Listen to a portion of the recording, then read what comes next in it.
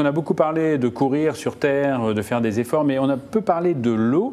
Est-ce que là aussi, il y a des risques? Par exemple, cette hydrocution, on dit parfois que l'hydrocution n'existe qu'en France et pas dans d'autres pays, et pourtant on a des gens qui meurent en rentrant dans l'eau. Donc, qu'est-ce qui se passe? J'ai vraiment souffert dans mon enfance. Mon père m'interdisait de me baigner 3 heures après, jusqu'à 3 heures après. Avait-il raison? C'était vrai, il avait juste complètement tort. Une ruse pour faire la sieste, en fait. C'était une ruse pour faire la sieste. C'est ça. Si vous entrez progressivement dans l'eau, vous pouvez entrer dans l'eau après manger, il n'y a pas de souci particulier.